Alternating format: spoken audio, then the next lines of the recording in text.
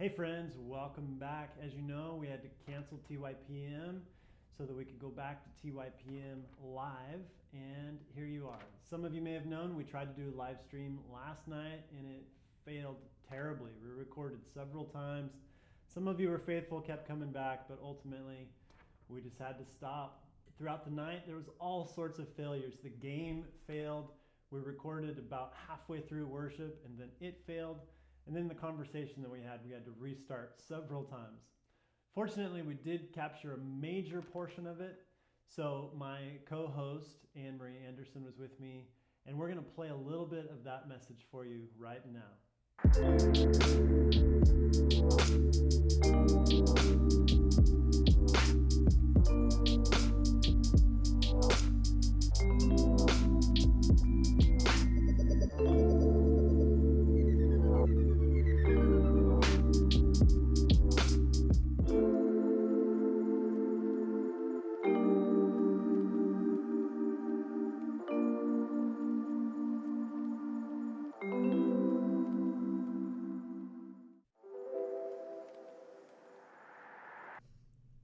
All right.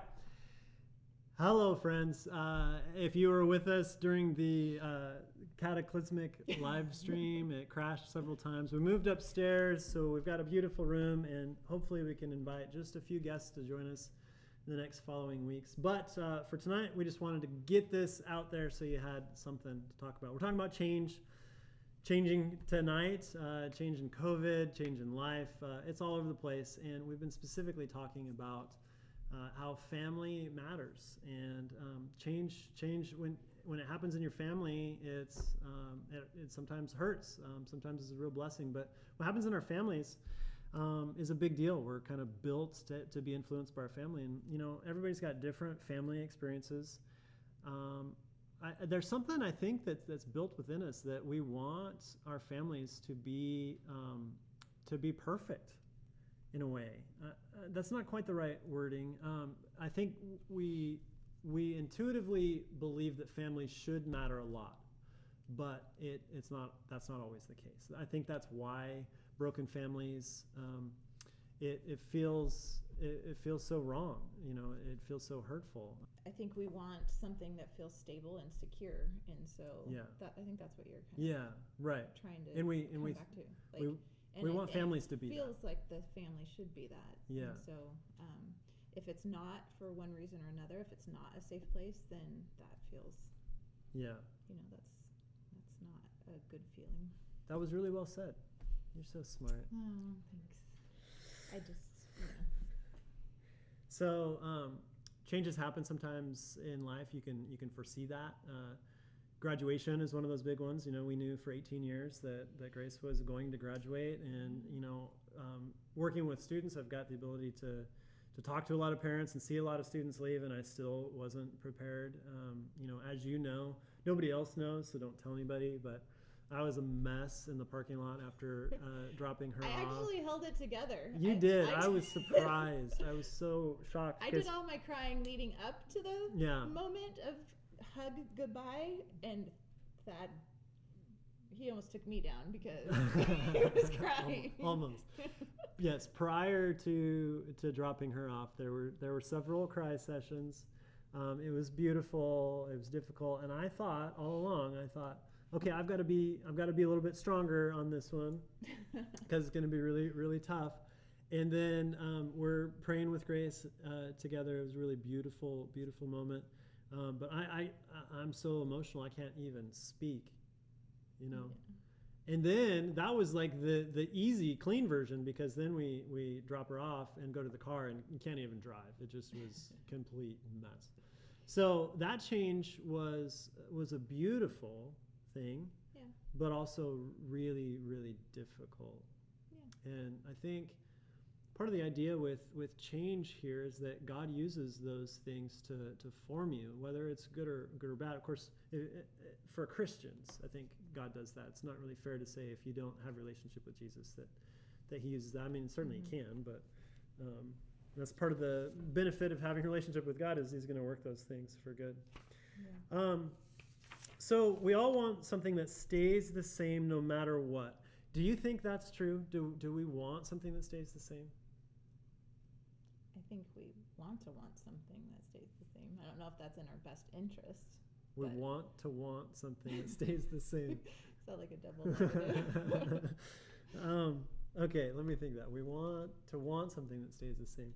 I think I'm with you. But I mean, because change is, I mean, my personality doesn't really like change. I'd like it to kind of stay constant and the same. I can recognize that. But then I know there's other personalities that they thrive on change. Like they don't want things to be the same. So, but for those of us who don't like change, I think, or are change adverse, we could probably recognize that there are good changes. Mm-hmm. So we would want change. Mm-hmm. That's what I was trying to say. Yeah. Do you kind of motion like this towards me? Do you think I thrive in change? Well, you said in a previous conversation. You mean one of the ones that failed and crashed? Yeah. That you like change, and so. But I want to know what you think. Do you think that I like change? Yeah, I think you don't like to keep it the same for too long. Yeah. Yeah, that seems true. But there's other things that are like, I want my things to be like where I left them. Well, yeah. Yeah. I think that's different than you choosing to move something. The day-to-day. Yeah. Okay. Do we think, I was thinking about this earlier, something that stays the same, but nothing does stay the same. I mean, is that true? Nothing stays the same except for God? It feels like everything changes. Yeah, I think everything's either in a state of deterioration or building up. That makes sense. So I wonder if God does it that way, so that it draws us back to Him. Like He's the only thing that stays the same from age to age. He is perfect forever and ever and ever, and everything else breaks down. I mean, I know it's a big universal statement, but I wouldn't be surprised if it was just another way that it draws us back to God, because He's the one thing that always stays the same. Yeah, we talked a little bit about the different types of change. Could be illness. It could be going to college, adding a new family member. Yeah, we talked about like we want our families to kind of stay the same, but this was another failed conversation. 2 or 3, I don't remember, but so trying to reference back to it. But just that there are some positive changes in families. I mean, not every change is a negative change. Yeah. So, but yeah, it can make it harder to deal with when you're wanting that stability from family. Mm-hmm. And maybe not a major thing, like in addition to a family or a subtraction of a family member, death, maybe a grandparent moving in. Could just be parents getting a job, like losing a job or getting a different job, having to move or just change the routine within the house, maybe a change in income, no longer to do some things that you did before because you can't afford it. Like we've had to deal with some of those things before, and those changes are not necessarily cataclysmic as like losing a family member would be, but they're a significant adjustment for everybody in the family, and how everybody deals with stress differently, and so that affects everybody in the house. Yeah, we just had a change this week in the house. We did? Yes. What was that? Our oldest son got a job. Oh, which one is that? Will got a job. Yeah. And so how do you see that how has that affected the family? Well, so now he has a schedule that he has to be at. He works after evening shifts, so he's not home for dinner on the days that he's working. He's coming home late, or not late, but gone more. He's gone in the afternoon. So it's kind of an adjustment to be like, okay, Will's not here. Right. And it affects the family a little bit as far as vehicle, like, potentially transportation, just coordinating more. And then his tiredness, getting home and scheduling work and all that. Yeah. So, change. Yep.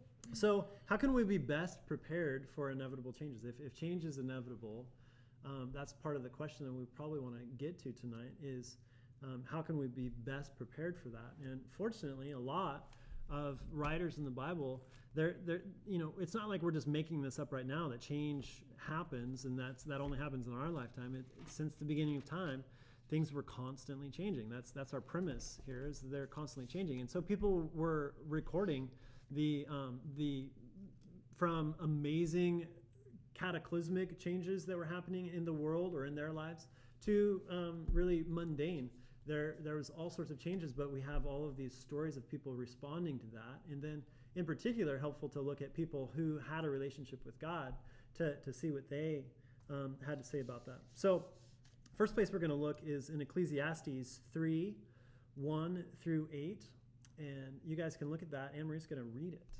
Okay, so Ecclesiastes is a book of the Bible that they think was attributed to Solomon and King Solomon, and this passage has a lot to say about change. So this is starting at verse 1 in chapter 3-8, and I'll read from the NIV translation. There is a time for everything and a season for every activity under heaven, a time to be born and a time to die, a time to plant and a time to uproot, a time to kill and a time to heal, a time to tear down and a time to build, a time to weep and a time to laugh, a time to mourn and a time to dance, a time to scatter stones and a time to gather them, a time to embrace and a time to refrain, a time to search and a time to give up, a time to keep and a time to throw away, a time to tear and a time to mend, a time to be silent and a time to speak, a time to love and a time to hate, and a time for war and a time for peace. And what do you think? What do you think that is saying? What is, if it was Solomon, what do you think that he is pointing out here? Feels like, I mean, he covers a lot of things. Yeah. So basically, change is inevitable. Mm-hmm. You know, like everything's going to change at some point or another. Just yeah. And a lot of people would say that if it was Solomon, he was probably writing to his sons to give them wisdom, book of wisdom. And so he's just passing down. And I can imagine, I want to do this with my kids. I want to make sure that other people know that change is just part of life. And so instead of trying to spend your life trying to avoid the inevitable, embrace it. Just know that change is going to happen and be prepared for change. And certainly that's what he's doing. What's kind of interesting about that passage is they're polar opposites. So this could happen or this could happen, life or death or whatever. And there's a lot of things that make sense and make sense in their culture. The one that I don't get, and I didn't have time to look it up, but is it time to gather stones? Time to gather stones and a time to cast them out? Yeah.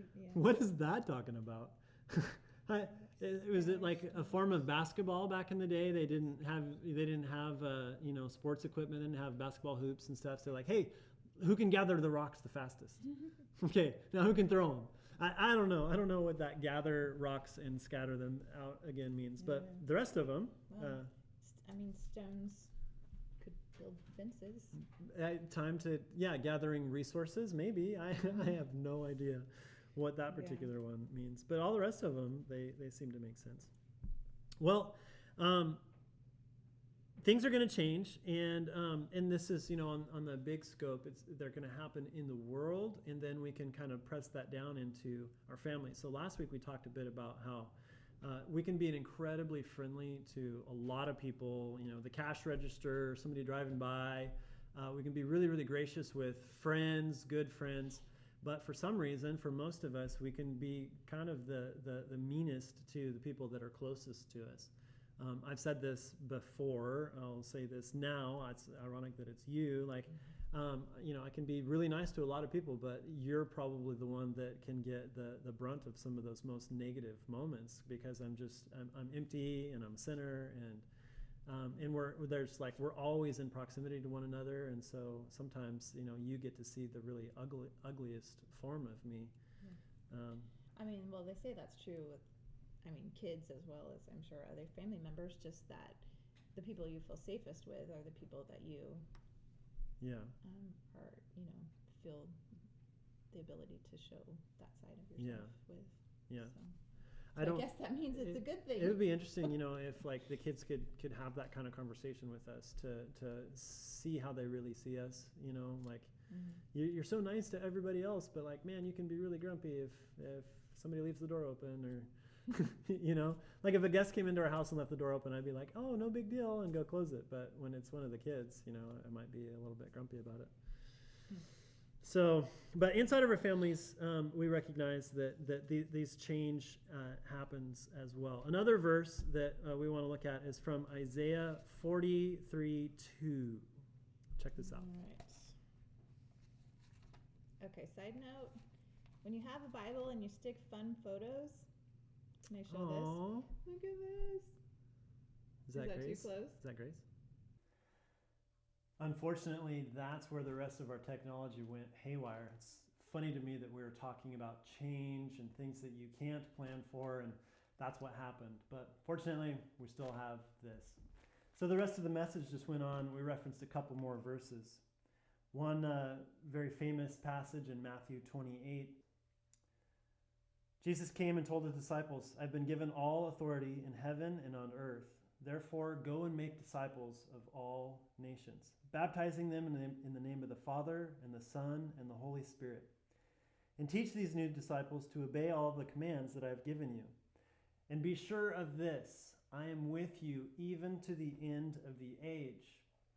What we see here and what we need to remember is when change happens, we can get frustrated, we can have emotional highs and lows, all sorts of crazy stuff goes on in our lives. It's chaotic. But we can choose to trust that God is with us. Another great passage over in Romans 8:38. "For I am convinced that nothing can ever separate us from God's love, neither death, nor life, nor angels, nor demons, neither our fears for today, nor our worries about tomorrow. Not even the powers of hell can separate us from God's love. No power in the sky or in all of the earth. Indeed, nothing in all of creation will be able to separate us from the love of God, which is found in Christ Jesus."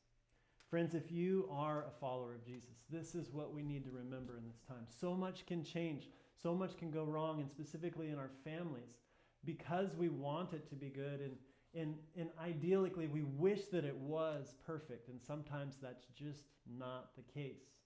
We can't control those circumstances. Change is going to happen. We can't control other people. One thing that we can control is what we believe, what we choose to believe. We believe that our God is a good God, that He is in control, that He is unchanging, that He has a plan for you and for me as followers of Jesus. And so we can trust He's a good God and He has a great plan. And we can lean into that. Even when it's difficult, we can trust that He's going to work it out. Friends, thanks for joining us. I know it's crazy in this next week. I hope you have a great Thanksgiving. We're going to upload another video next week, next Sunday night. So check that out when we launch it at 6:30 on Sunday night. I miss you guys. I love you. See you next week.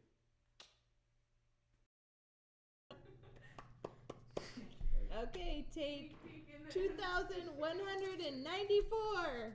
Cut.